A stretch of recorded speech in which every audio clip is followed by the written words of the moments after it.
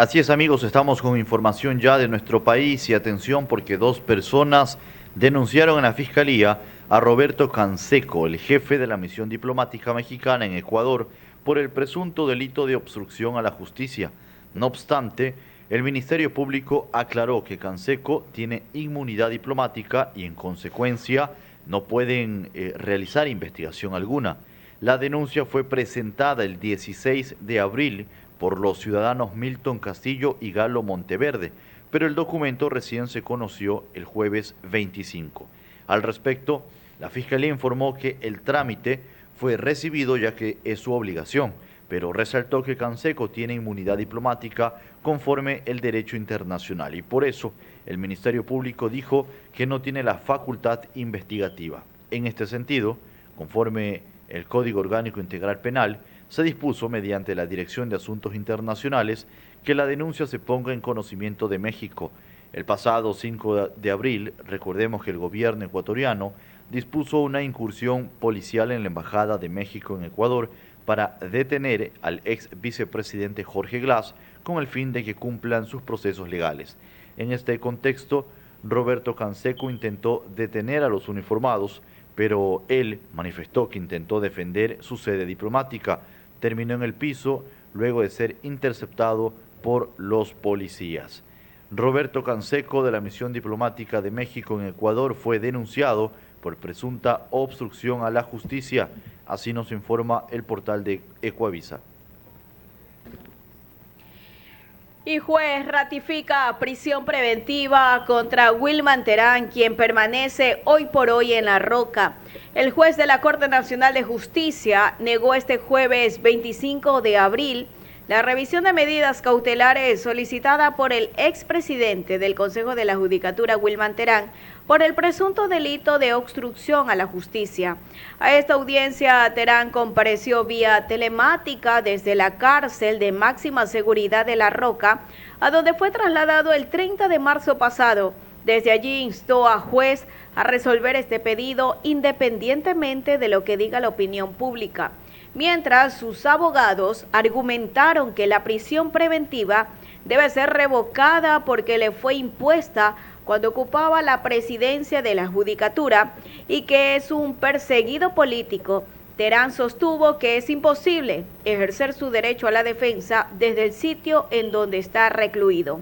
La fiscal general Diana Salazar se opuso al cambio de medidas cautelares contra Wilman Terán, pues adujo que su situación jurídica se ha agravado con los testimonios anticipados de ex colaboradores del ex titular de la Judicatura. Además, recordó que enfrenta otros procesos por delincuencia organizada, como el caso Metástasis. Para el juez Inga, los argumentos de Terán y sus abogados fueron contradictorios y erróneos, pues concluyó que no ha existido un cambio en la situación procesal que amerite modificar la prisión preventiva que le fue impuesta el 28 de diciembre pasado. Por lo tanto, se niega el pedido de revisión de medidas cautelares, finalizó. El delito de obstrucción a la justicia se sanciona con penas de 5 a 7 años de cárcel, recordó. 7 de la mañana con 21 minutos. Wilman Terán, expresidente del Consejo de la Judicatura, seguirá con prisión preventiva en la cárcel de La Roca. Es la noticia nacional que el día de hoy nos cuenta el portal de Diario Primicias.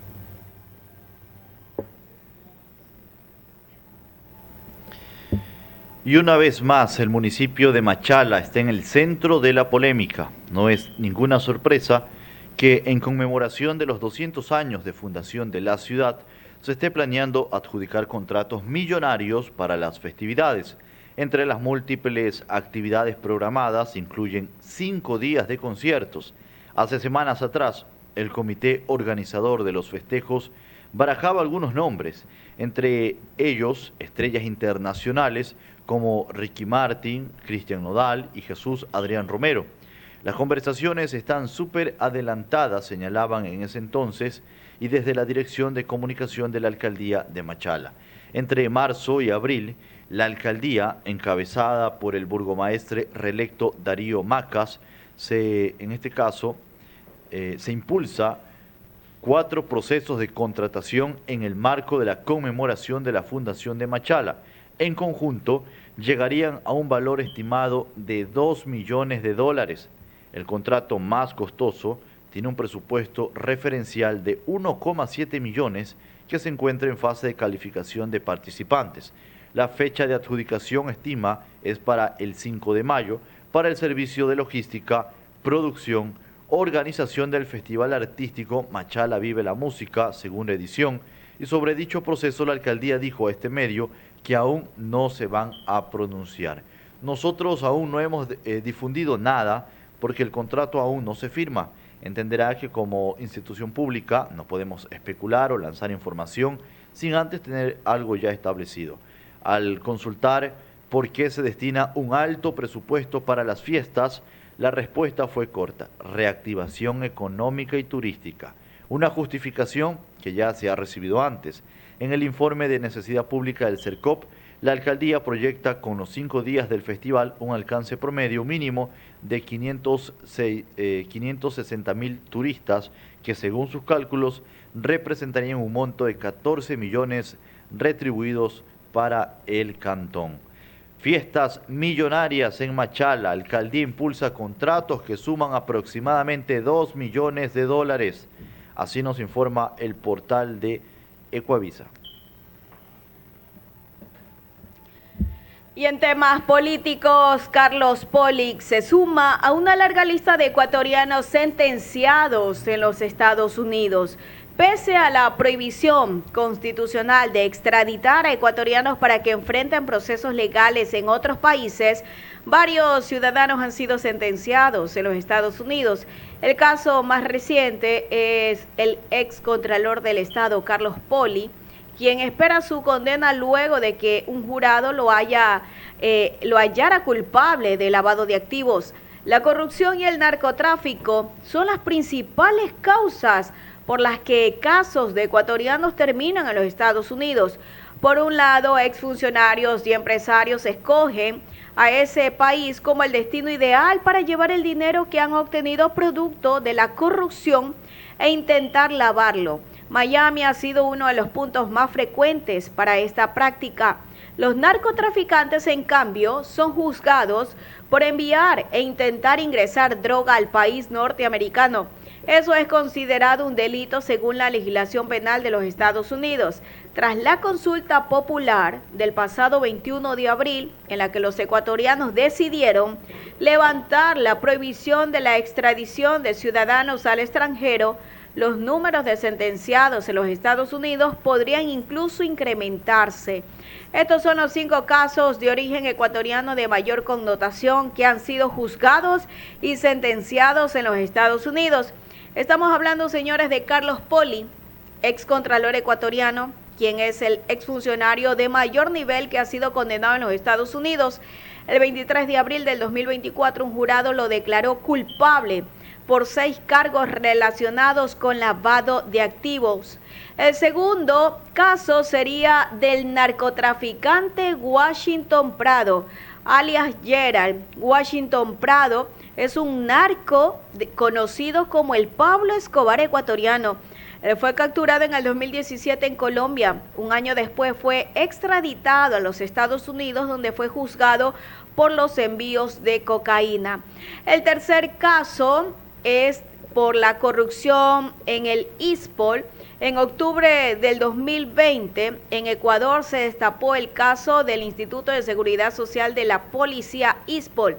Estructuras criminales habrían defalcado esa entidad, desviando cerca de $900 millones en inversiones fraudulentas. Parte de este dinero ilegal fue llevado a Estados Unidos, donde intentaron lavarlo. John Luzuriaga, exdirector de riesgos del ISPOL, y Luis Álvarez, exgerente de ellos, fueron los sentenciados en ese país por lavado de activos. El cuarto caso es el caso de Las Torres. Esto ocurrió en el 2019. Raúl de la Torre, ex asesor de Petroecuador, fue detenido en Miami con $250.000 en efectivo. También fue arrestado Roberto Barrera, supuesto operador de una estructura criminal. Y como último caso tenemos otro de los escándalos de corrupción de los ecuatorianos, señores, que llegó a Estados Unidos, es el caso Seguro Sucre. Empresarios y funcionarios de la aseguradora estatal cobraron y pagaron coimas y también intentaron lavarlas en los Estados Unidos. 7 de la mañana con 28 minutos. Así está la situación, señores, y se suma a una larga lista de los ecuatorianos sentenciados en los Estados Unidos. El más reciente, la del excontralor Carlos Poli. Es la nota nacional que el día de hoy compartimos desde el portal de Diario Primicias. Y atención, porque Luque dio un plazo de 7 días para que Selec y Yaxamash se encuentren una solución que permita el funcionamiento de Toachi Pilatón en el menor tiempo. Tenemos enterrados 205 megawatts que no podemos habilitar. Así dijo el ministro encargado de Energía, Roberto Luque, durante su actualización diaria de la situación energética en el país. Con ello hizo referencia al funcionamiento total de la central hidroeléctrica Toachi Pilatón, que presenta retrasos. La empresa rusa, contratada para instalar los equipos electromecánicos, pidió una ampliación de su contrato que terminó en marzo y que se le paguen 54 millones adicionales por costos que no estaban establecidos en el acuerdo con el Estado. Luego, no descartó el cumplimiento de los requerimientos e incluso aseguró que sale más barato que cualquiera de las otras contrataciones que tenemos, y por ello dio un plazo de 7 días para que Selec, administrador del contrato, y la empresa rusa den una solución al país y la hidroeléctrica se pueda habilitar lo antes posible en el contexto de la crisis energética. La obra civil, por otro lado, avanza bien. El ministro señaló que el Cuerpo de Ingenieros del Ejército finalizará en octubre de este año las labores para estabilizar el túnel de presión que presentó fallas y concluir la casa de máquinas e impermeabilizar la represa. Roberto Luque también se refirió a las denuncias por incremento en las planillas de consumo eléctrico en marzo, especialmente en zonas de la costa. Recordó que en ellas no se reflejan los apagones de abril y explicó que el alza responde a que en el mes anterior hubo calores mucho más fuertes de lo normal y eso ha tenido un impacto en el consumo del kilovatio hora. Detalló que el costo depende del nivel de escalafón al que pertenece cada usuario. Luque dio un plazo de 7 días para que Selec y la empresa rusa encuentren una solución que permita el funcionamiento de Toachi Pilatón en el menor tiempo posible. Así nos informa el portal de Ecuavisa y cuando son ya las 7:31 minutos nos vamos a la pausa. Regresamos después con más temas. Son las 7.